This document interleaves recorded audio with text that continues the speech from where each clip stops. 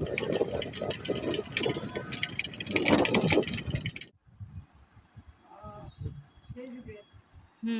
বছর আগে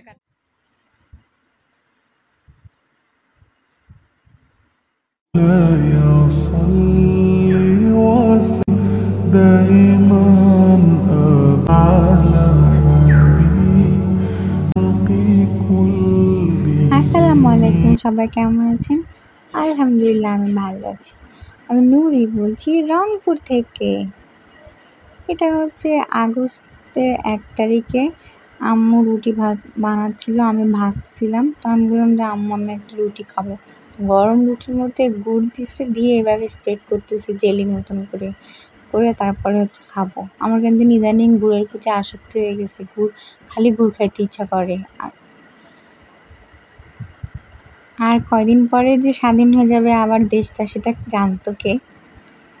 তো আমি এই যে রুটি খাওয়া দাওয়ার পরে আমি হচ্ছে গুড়ের চা বানায় নিছি। গুড়ের চা বানায় নিয়ে রুমে চলে আসছি, কারণ আমাকে গরম লাগছে। ফ্যানের নিচে বসে এখন আমি চা খাবো আরামসে। চা খেয়ে একটু বাহিরে যাব, কিন্তু বাহিরে যেতে ভয় লাগতেছে। এই শুনতেছিলাম গত কয়েকদিন থেকে নাকি হচ্ছে হেলিকপ্টার দিয়ে মানুষ মারা যাচ্ছে, গুলি করতেছে। আমি আতঙ্কে আমি কি বলবো, আমি বাসা থেকে বের হওয়া বাদ দিয়ে দিছি। যে একটু বাইরে রাস্তায় হাঁটাহাঁটি করবো সেটাও করি না। তো আলহামদুলিল্লাহ সেই সব কিছু সব চলে গেছে, এবং আমি বাইরে যেয়ে মুক্ত আকাশ, বিশুদ্ধ বাতাস দেখে যা আমার প্রয়োজন ছিল তা কিছু কেনাকাটা করে আমি বাসায় চলে আসার সময় দেখতেছি অনেক ঘন কালো মেঘ উঠছে। তো একটু ওটা ক্যাপচার করে নিছি আমি। রিক্সার রুট ফেলাই দিছি, যেন মুক্ত আকাশ, আমার এই মুক্ত আকাশে যেন মুক্তই থাকে সবসময়, কোনো গোলাগুলি বা কোনো আতঙ্ক যেন জড়ায় না থাকে এই আকাশে।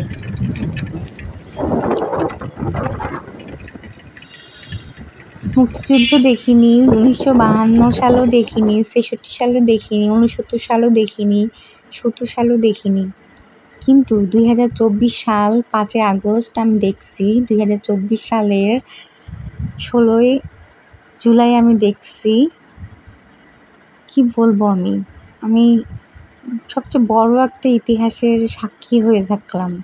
যদিও আমি সেই মিছিলে অংশগ্রহণ করতে পারিনি, বাসায় ছিলাম। দিনরাত 24 ঘন্টা আল্লাহর কাছে দোয়া করছি আমার যে ভাই বোনগুলা ওখানে লড়তেছে, আল্লাহ তাদেরকে তুমি হেফাজত করো।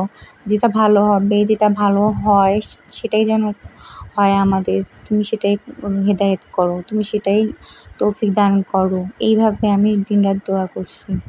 তো তারপরে আমাদের দেশ স্বাধীন হয়ে গিয়েছে।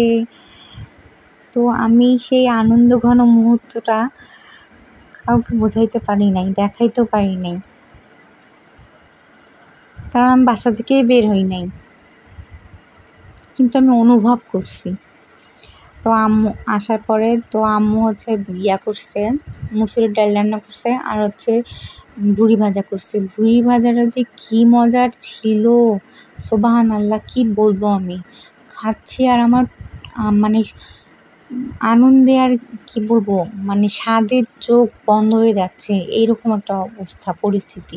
এরপরে গোসল করে ঘুমাইছিলাম একটু, উঠে দেখি আম্মু নুডলস রান্না করছিল সন্ধ্যার দিকে। পরে হচ্ছে আমি নুডলস খাইলাম, শক্ত হয়ে গেছে, ঠান্ডা হয়ে গেছে, তো এই জন্য জমে গেছে। পরে হচ্ছে আমি আগে নুডলসটা খাইছি, খাওয়ার পরে চা বানায় নিয়ে খেয়ে দিয়ে শেষ করেছি। তারপরে আর কোনো ব্লগ ভিডিও বা আমি শ্যুট করি নাই। কিন্তু অসহযোগ আন্দোলনের পরে যেদিন হচ্ছে আসলো 5 আগস্ট, সেদিন যখন হচ্ছে লং মার্চে সবাই হচ্ছে সেনাবাহিনী, পুলিশ বাহিনী সমস্ত কিছু বাধা অতিক্রম করে আমরা সবাই যখন হচ্ছে গণভবনের দিকে যাচ্ছিল, এই পর্যন্ত ঠিক ছিল, কিন্তু তারপরে গণভবনে যে কাণ্ডকলাপগুলো করলো, আসলে আনন্দে, ক্ষোভে, না কি বলবো, দিশাহারা হয়ে গেছিল সাধারণ বাঙালি। তারপরও যাই হোক, সব কিছুর পরে আমরা একটু হলেও স্বাধীনতা অর্জন করতে পাইছি। এখন যেন যতদিন বাঁচব জীবনটা যেন সারা সময়টা যেন মুক্ত স্বাধীনভাবে জীবনযাপন করতে পারি, কথাবার্তা বলতে পারি, চলাফেরা করতে পারি, সেই রকম স্বাধীনতা, সেরকম কোনো অন্যায় অপরাধ কোনো কিছু হবে না। চতুর্দিকে শুধু আনন্দ, সুখ আর ভালো লাগা থাকবে। সবাই ভালো থাকবেন, সুস্থ থাকবেন, বাংলাদেশের সাথেই থাকবেন। আল্লাহ হাফেজ।